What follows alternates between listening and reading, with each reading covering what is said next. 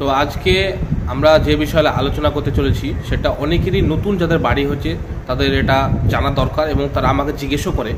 সেটা হচ্ছে যে আমি নতুন বাড়ি করেছি, বাড়ি আমি পেন্ট করব, তো পেন্ট করার সময় আমরা কোন কোয়ালিটির প্রাইমার, যেটা প্রাইমার দিয়ে স্টার্ট হয় যখন, তো প্রাইমারটা কোন কোয়ালিটির প্রাইমার আমি ব্যবহার করব।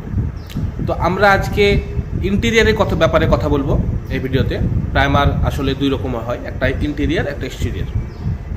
তো ইন্টেরিয়ারের কথা বলতে গেলে আপনাকে আমি বলে দিই যে ইন্টেরিয়ার কোয়ালিটি তিনটে হয়, ক্যাটাগরির কথা বলছি আমি। তিনটে ক্যাটাগরির মাল হয়। একটা হচ্ছে লো ক্যাটাগরি, যেটাকে কোম্পানি ইকোনমিক ক্যাটাগরি মাল বলে, যেমন ইকোনমি প্রাইমার বলছি আমরা, সেটা প্রত্যেকটা ব্র্যান্ডের হয়।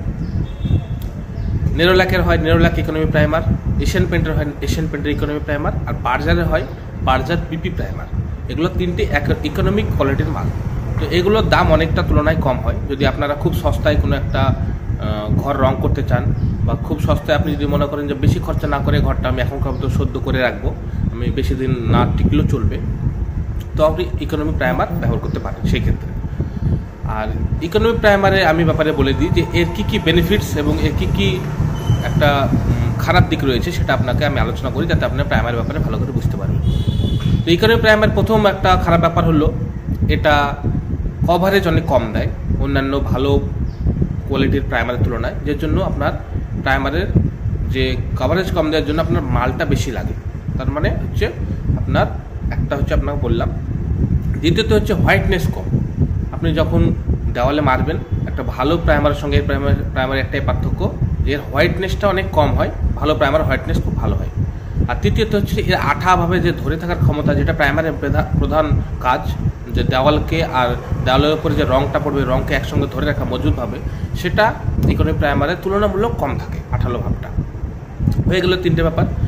তো যেটা আপনার প্রিমিয়াম ক্যাটাগরির প্রাইমার হবে, সেটা যেমন নেরোল্যাকের প্রিমিয়াম প্রাইমার, এশিয়ান পেন্টের ট্রু কেয়ার ওয়াল প্রাইমার এবং বার্জারের ওয়ালমাস্তা যে প্রাইমারটা রয়েছে, এগুলো মোটামুটি প্রিমিয়াম কোয়ালিটির প্রাইমার।